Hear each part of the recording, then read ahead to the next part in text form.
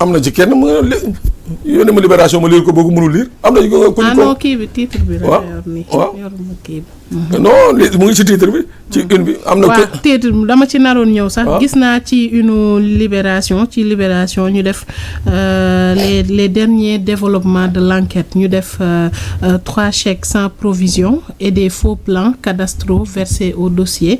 am aussi tractation pour arracher un protocole d'accord entre les 2 parties.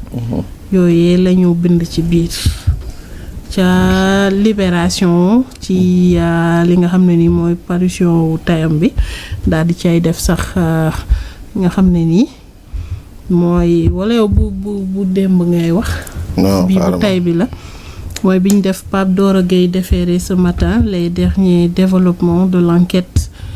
après ñu def 3 chèques parce que chèques yi tamit gars yaa ngi ci doon wax chèques yi. waaw chèques yi. am ñuy wax chèque 1 milliard ak yooyu mu ngi nii moom mooy li mu. li comme li baron affiché. voilà 1 milliard 200 millions. di gars yi xam baron looy wax ci suuf ah. 1 million. donc mu ngoog. gis nga ko. voilà non. En fait on va revenir sur ça mais. dama lay wax rek ni que loolu. mais Pape Sané boo seetee coow buy judd rek boo seetee ba ca biir ab affaire suuf dina ca mujj. feeñ. voilà soo xoolee. gis nga. soo xoolee le scandale ñu ne la le scandale. Scandale de la CDC.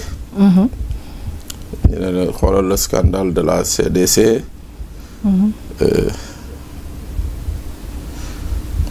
dañ ci gis. yow li muy liggéey ci téléphone bi la di doo bàyyi tooñ. waaw non mu ngi liggéey li muy wër ci téléphone bi la nekk. soo ko xoolee ñu ngi wax scandale waaw. de plusieurs milliards. Détournement et fraude de plusieurs milliards sous la direction de Cheikh Issa Sall à la CDC. waaw ci loolu ñu tudd ci kiñ naan Mohamed Silla. homme d'affaires ami intime de Amadou Sall fils de Macky Sall. ainsi que B Ndiaye qui ont créé une société foncière frauduleuse. te seen liggéey moo doon lan selon Sans Limites. Cette société était chargée de vendre illégalement des terrains de l'État en utilisant des baux falsifiés et d'autres méthodes d'escroquerie pour détourner des fonds publics à des fins personnelles et familiales. Le scandale porte sur plusieurs milliards de francs. mooy li ma la wax nii c'est-à-dire que tey jii. alors que ñun ñu ngi woon toog fii di wër 100 francs wala 200 francs yu ñuy jëndee mburu miisu mburu. Il y a des gens qui s'amusaient avec le foncier à hauteur de milliards et de milliards et de milliards. moo tax ma ne la maam Khady dama la koy ñaan bul yàkkamti audio yi man maa ko promettre Sénégal yi du man maa leen ko promettre. dégg ngeen yéen non man kay damay bañ nga dem joxe ko feneen en exclusivité. joxe ko feneen fan. feneen rek beneen plateau mën nag amuma fenn fa dul Walf de. waaw même beneen plateau Walf. non fii laa wax. waaw régal. lundi on se régale le lundi. Inch'Allah waaw kay. Inch'Allah te nag lundi soo leen motul 2000 je ne dirai rien. merci noonu nga leen di def. voilà waaw déjà sax ñoom ñu ngi nii instant yi nii àggal matal leen 2000 mu gën a àgg ci yi nga xam ne nii mu agsi si yi nga xam ne nii na mat 2000 instant yi nii. des na tuuti bu matee 2000 rek nga ñëw si yeneen parce que am na leneen lu ñu war a aborder ci waaw bu ko matee rek boobaa noonee la ñuy daal di def parce que Pape Sané comme ni ma ko waxee sànq. coow li à chaque fois da ngay dégg suuf mu jënteel ga di nga ca dégg suuf au moment où benn Mame Khady yi wala benn Pape Sané moom mu ngi bëgg benn parcelle bu yem bu mën a dëkk ak njabootam mu të ko ngay comme ni nga ko waxee ci audio yi ngay gis koo xam ne moom mu ngi ñëw naan tey boo ma joxul lii duma kii. non tey 30 tey na nga may jox. je prends 30 terrains. waaw noonu lañ ko doon defee. je prends 30 terrains non pas moins 30 terrains. ak rouleer. waaw ok. On a vécu ça. Voilà, on a vécu ça dans ce pays. moo tax ma ne cette affaire Doro Gueye kenn waru ko régler nii. dafa tudd Macky Sall tudd des officiers boy on a rien dans ce pays bu weesoo la dignité de nos officiers. Ces officiers là dañu war a setal seen bopp. Le procureur doit les obliger ñu setal seen bopp. waaw. ak le président. non président moom kon di nga bokk ak gis-gis ci ñi nga xam ne dañu jàpp ne kuñ ci mënti topp ak lu ni mel nañu woo tamit le président de la République ndax moom aussi tamit mooy le premier responsable ci ce qui se passe et tout ça ndaxte ci gestion am la woon. ci ba muy ci présidence xam nga Sénégal benn moment dafa menoon ni. Camorra xam nga luy Camorra. Baron. xam nga waxal maam Khady luy Camorra la Camorra mafia c'est-à-dire c'était une mafia Sénégal vraie mafia la woon. chef de mafia bi mafioso bi xaw ma mafiosi bi. à ce point. non attends li may wax nii c'est ça se passe que dans une mafia. un état normal ñu ne une république ñu naan la pratique yi am na fa.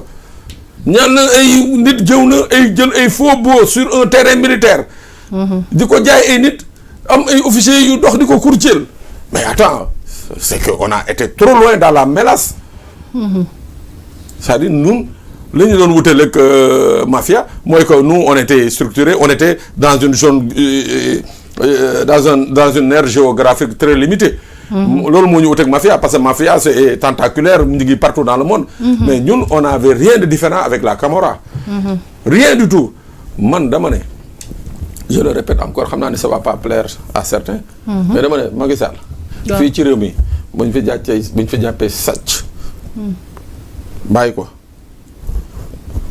dañu tooñ sàcc bi bu ñu fi jàppee luubalkat bàyyi Macky Sall dañu tooñ kooku bu ñu fi jàppee jaaykatu suuf bàyyi Macky Sall dañoo tooñ jaaykatu suuf bi bu ñu fi jàppee ñii doon boom ay nit ci manifestation yi bàyyi Macky Sall mooy ñooñu ñu jàpp dañ leen tooñ. Ah bon? Parce que Macky Sall a été, je le dis encore, a été au centre de tout ce qui s'est passé dans ce pays. Donc il faut être aveugle ou de mauvaise foi pour bien reconnaître l'eau. Ce qui s'est passé dans ce pays, Macky Sall pendant 12 ans a tenu ce pays comme ça. Pendant 12 ans, c'est lui qui était là, qui commandait, qui faisait donner des ordres. nit ñi di exécuter mu toog fële boo waxee mu ne non yéeguma ko j'étais pas au courant.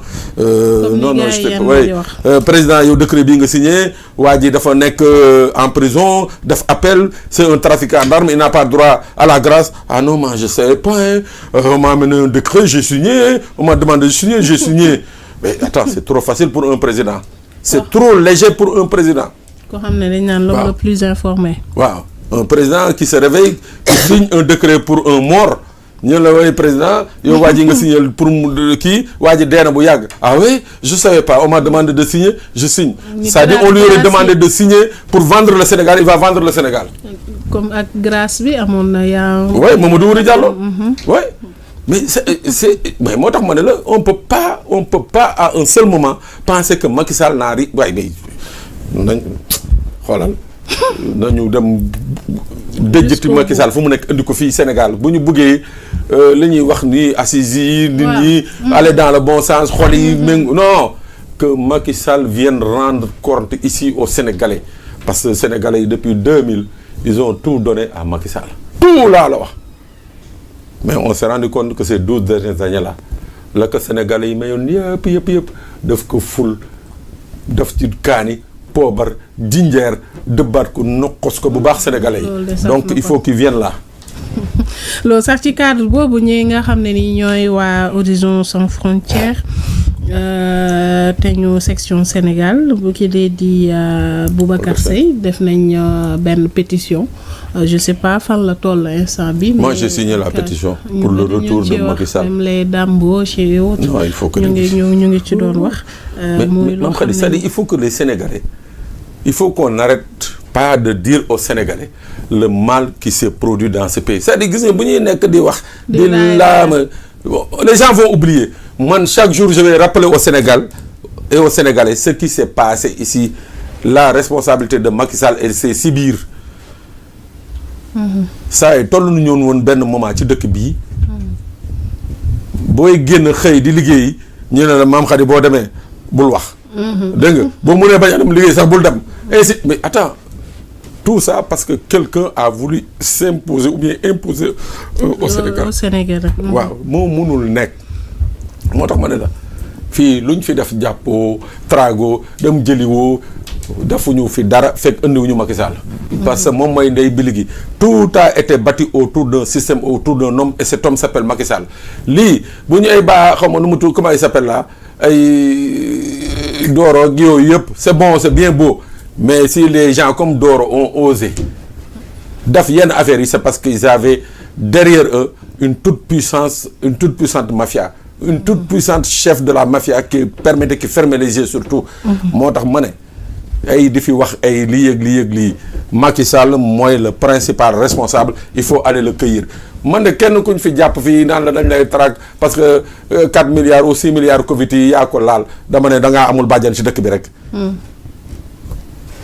4 milliards Covid 6 milliards Covid ñi bëgg ñëw taxaw way naan way on va les traîner nangam on va donner à des juges compétents nangam sangam tous les juges sont compétents waaw on va donner à des juges compétents pour que ma ne xoolal maam dama ne bu ñu bëggee mbir mi leer le chef de gang nañ ko dem jëli ji waaw on peut pas s'en prendre au menu fretin là parce que ñoom voilà amuñu bàjjan amuñu yumpaañ ci dëkk bi voilà luubal nga 200 millions wala 300 millions non Macky Sall sa Camorra ces ministres qui se sont tapés des milliards fii sur le foncier seddoo fii tabax fi des châteaux fii des Almadies à Fongolemi appartements yi à Paris un peu partout bu Dubaï oh non mais attends on veut que les Sénégalais oublient ça dafa mel ni qu'il y a un pré-lavage des cerveaux quoi on est là mettre les Sénégalais dans des conditions où dans quelques mois ils vont oublier on va plus parler non ce qui s'est passé là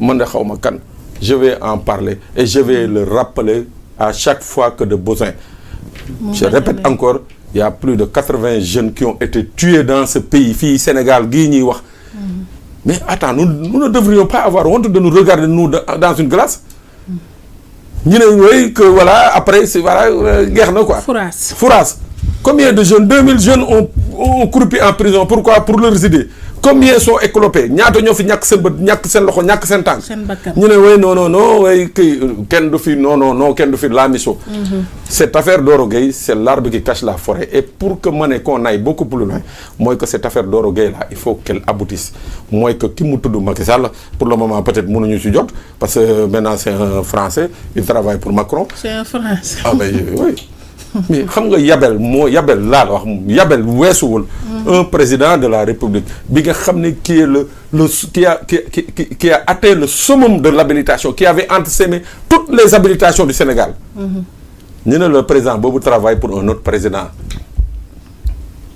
mais yabel ma ne weesuwul loolu on dit mais attends mais ah bon tamit je dis c'est un Français il travaille pour un autre président il travaille pas pour l'ONU ou l'OIA l'Union africaine il travaille pour